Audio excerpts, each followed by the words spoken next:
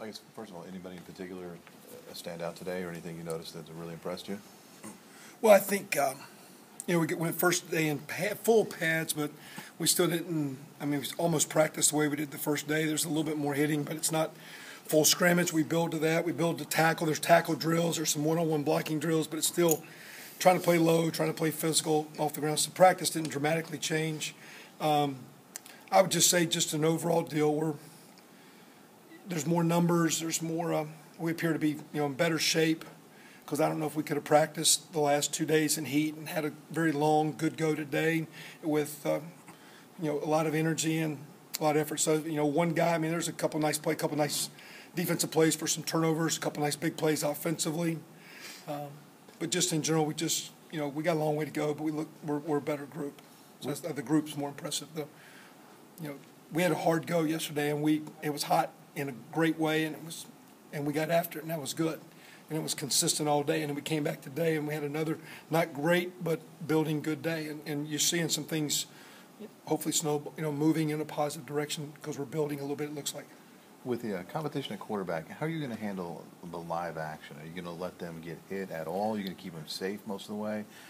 Especially the young guys who haven't played yet, who you want to look at. That's tough because if you got a really good team, you can let them get hit, but they can get hit smart. And when you got some bunch of young guys on defense, guys get out of control, where maybe a guy's, you say it's full go and a guy's diving. So I wouldn't mind them getting roughed up a little bit. Now, actually, we let that happen a little bit, but it's, when guys are getting in legs and ankles and in the lower body injuries. So we'll get them hit, but I don't know if we'll get them just total free go. But we might thump them and get in their face a little bit and hit them, but hit them above the waist and hit them with the ball and make sure they can take care of the ball. So they'll be hit some, but at the same time, and I like the couple young walk-on kids, although they're walk-ons, got a lot of work to do with those guys. But you only got 3, you don't want to go to 2. There's a fine line there. So it's a great question. We'll hit them. I just don't know if it'll be just an all-out full-go assault, you're free kind of deal. We'll probably toque anytime one of them scrambles and they get going. We'll probably say you're dead there, just so we don't have somebody get rolled up or get a cheap lower body injury. What are you seeing from Trey, and what do you need to see from Trey? Well, I think they're all embracing. We're kind of really working hard, and Coach Johns has got them. But sometimes what we'll do, because the way schedule is now, we got them a little bit more, and with no class conflicts where I'm grabbing them some, and we're just trying to talk about, again, number one, just how to talk and act like a quarterback, and then next deal, how to communicate to the offense what's going on, and then from there, okay, how to find what's happening over here. Where's my problems? Where's my safeties? Where's the blitz issues? Where am I going with the ball? Then from there, what tweaks to make, and finally how to throw it when it's time to throw. So, he's embracing the challenge. He's attacking it, and he's got a lot of work to do. But he's not just, hey, I played a little bit, or I'm supposed to be. No, he's working. And I tell you why, because the other 2 guys are really working. And they're working in meetings, and they're asking questions. And I see a page of notes last night where a guy went out about 8 pages because he's writing everything down. And when it's break time and coaches are meeting, they're coming up there sitting with us, and they're resting watching tape, which I didn't even ask. But one guy came, another guy got wind, next guy came, then they were all there. So Trey's doing well, but they're all pushing themselves. And everywhere I've been where there's a competition, if the egos stay in check, everybody wants it. But if they're teammates, they push each other, and at the end, they're all better for it. Right now, we got a little bit of that. Maybe selfishness and ego comes, but really good players and good teams can check that. But right now, they're pushing themselves, and that's what's helping Trey. Trey's helping Nate. Nate's helping Cam. We're going in circles there. How are you seeing the influence Coach Fabris on the defensive guys? Even though I know that you're not tackling yet, can you see his impact? Well, I don't know if they call it impact, but he's just a very good coach, and then we had a good coach last year. We lost, but we replaced. We're very fortunate. I think the same thing with Coach Luttrell. So we lost 2, but we got 2 good ones. We've actually added 2 more GAs, and that helps us. So now instead of just having Chris Shula, Brian Haynes that played at Ball State's with us, instead of just having one offensive GA, we've got Carter Whitson and Ryan Stanchek. So we have more coaching going on. It's a new rule change. But those 2 guys, in particular, Seth and John, are doing a great job. John's outstanding DN coach, coaches with detail, coaches his guys every play. He's a proactive guy, not a reactive guy. He anticipates. His guys are well prepared. He's going to do a great job of special team help, too. He's really involved with our return game. You talked a lot about Ted Bolser, how much better he got in the spring, basically. What was different between him in the spring and what you're seeing now compared to what you had last fall? More confidence. He still has the inability as a young guy where he can lose his focus real quick and get distracted and something get to him. And and he has a hard time getting that back.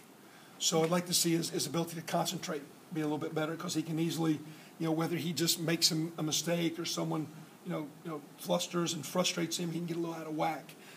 And that being said, you can see him kind of spiral and go, south for a little bit, where when that happens to a more mature, real good player, he snaps back. But we put him in position of trying to be a leader. He was very confident. I think he felt more important. I think he felt more significant. And he had a nice spring. He's been okay starting out. I'd like to see him. It's not been bad. I expect him to pick it up a little bit more. He looks like someone who has benefited from your nutritionist on staff too, and getting his body fat down. Who's that? Bolzer. Yeah, they all. And when you see that field out there, you say, well, that's a little commitment. They built the building or whatever, but the commitment to player to welfare. With what we're doing in academic tutoring and mentoring, what we're doing in supplement and nutrition has been awesome. I mean, right now we're fueling our guys up really, really good, and that's not just nutrition with Amy. It's also them, Mark, and I think Lionel Anderson has been great for him. Lionel is a strength coach we hired, played at Kansas, played in the NFL a couple, 3 years, and so he's kind of almost been an extra tight end coach from the weight room perspective. I think that's helped Ted a lot. From Kenny Mullen's perspective, what do you see from him? What do you need from him? Well, again, he's going, he's still young. So you want him to step up because he's one for more natural leaders. But when you're young, you're still, figuring out. We've got him playing instead of nickel, a little bit more corner.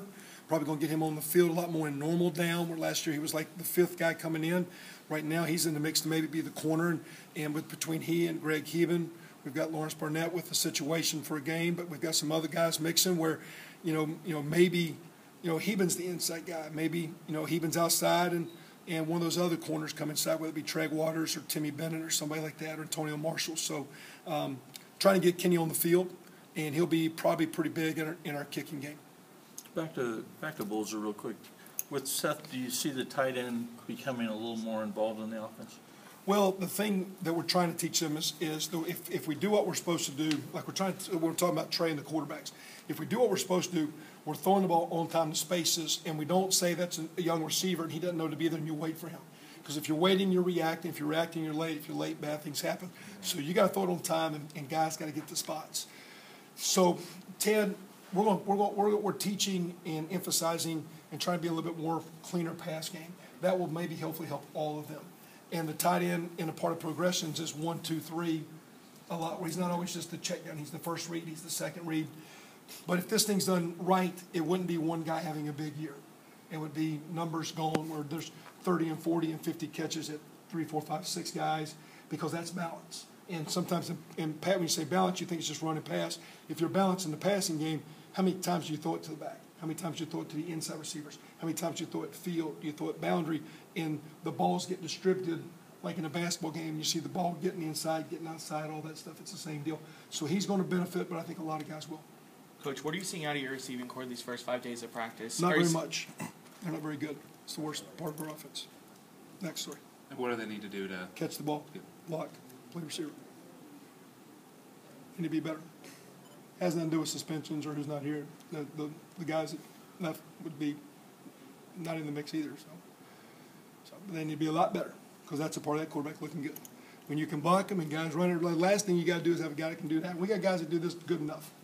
I mean, those guys to be competitive, compete, make plays. And our defense is learning how to play the coverage we want to play, and there's a lot of challenge and competition going on, which is nice.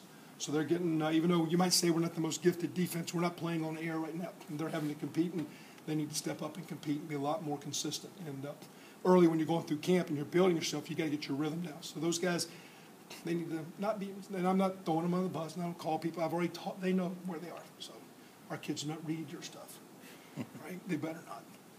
Right? No disrespect to the media. They're Facebooking and Twittering, so Twitter them up. Have they been straight drops, or is it an accuracy thing where the kid should have caught it? It's competitive plays. We've got to where on there we're getting better, but a competitive place. When it's a challenging play, if you're a good team, very good offensive teams that can throw the ball, offensive football teams that throw the ball, receivers make competitive plays. No different than basketball. Anybody can make it, but when it's good, it's who can break a guy down at the end of the game and make a play. That's what winning teams do in that sport. Who can competitively throw the ball on target? Who can competitively make the competitive challenge catch? And when you're young and growing, that's what you're wanting to see Cody Latimer start to do, or Deweese Wilson start to do, Ted Bolger, because they're capable. And we need those guys to compete. And I'm not down on them. They got a chance to be good. But for us to be where we want passing game, I expect those guys to really keep coming through. And they need to. And they should. But they better. So, and I'm not mad at them. But I want to be a heck of a lot better. They need to be. They better be. Can you talk about your kicking game a little bit? Well, we're working a ton on it now. With the way this one-a-day's been, we're putting 2 hours a day on kicking between meetings, walk through, and on the field. And we've got to win football games by not breaking even in the kicking game. So today we worked some return unit stuff. You saw that. Tomorrow we'll be doing both cover and return because it's a 2-a-day. We've worked it pretty hard. And matter of fact, I got to go back and maybe work a little bit more field goal because you saw Mitch the other day kick a few. That's probably the one right now. I'm glad you said that because I just caught myself on missing that one. We're a lot of time on coverage. I think Coach Fabris and Coach McCullough are trying to make an impact in return game, but we're spending a lot of time with playing better defense. That starts with a great kick, a great punt. Starting with that for position, we've made a commitment to it. We're not giving it lip service. We're committing time in here on the field. We're committing it to our team. We're selling it to the team. They're embracing it. And at the end, it'll come down to who's the returner and who are the legs that have the skill set to hopefully make the other 10 guys, do well. So kickers look pretty good. Freeland's back. Ewald's back. I'd like to see punters keep being a little bit more consistent. Snappers good. Trying a bunch of young guys in return game. A lot of guys did it last year, and some of the new freshmen, Ricky Jones, some of those guys will be in the mix there too. Talked a little about Nick Mullins being a young leader. Could Bernard Taylor be one of those guys for you on the offensive line? Bobby Richardson, defensive line. Bernard Taylor, offensive line. Colin Rory, some of those guys. Those are some of the guys you're grooming. Again, I don't know if we have a strong, no disrespect to David Cooper just got here, or Trey that's your quarterback, or Stephen Houston. I don't know if one guy says, I'm the guy, let's go.